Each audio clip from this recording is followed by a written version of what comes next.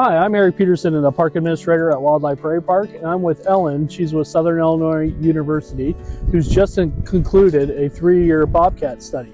Why don't you tell us a little bit about this study, Ellen? Yeah, so we started it back in 2022 up in Peoria County, and since then have moved also up into Bureau County, and we are trapping bobcats to fit them with GPS collars, and these GPS collars are going to allow us to understand their movements, their habitat selection, and their survival in this kind of north central Illinois area. And this work is in collaboration with the Illinois DNR. How long, I'm sure a lot of people are probably wondering, how long do the collars actually stay on the animals? Are they on there for their entire life or just for a limited time? Good question. The collars are programmed to fall off after a year. So 365 days from when we put the collar on the animal, there's a little drop-off mechanism that separates and the collar falls off.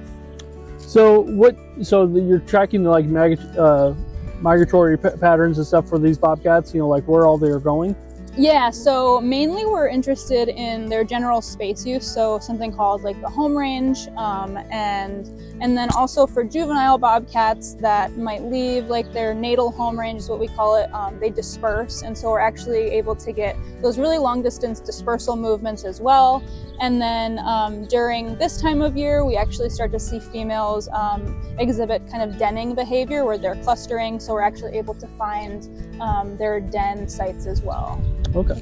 Can we ask like how many bobcats that you've captured like over the 3-year study or just over the last year? Yeah, I believe at this point we have trapped 48 over the last 3 years, and this year was 25. Wow. So this last year was, wow, that's almost half. Yes. So how is Wildlife Prairie Park? How has that helped you with the study? Yeah, Wildlife Prairie Park has been amazing.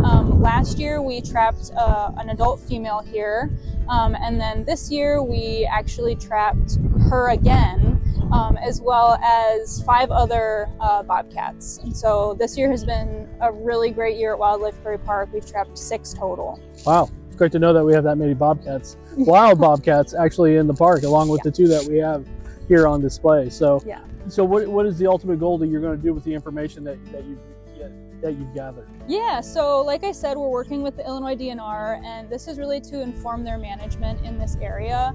About 30 years ago, bobcats weren't really up here. They were mostly in southern Illinois, and so they're kind of in this recolonized area, and so the DNR really wants to understand how they're moving, how they're surviving, to better inform their management here and across the broader Midwest.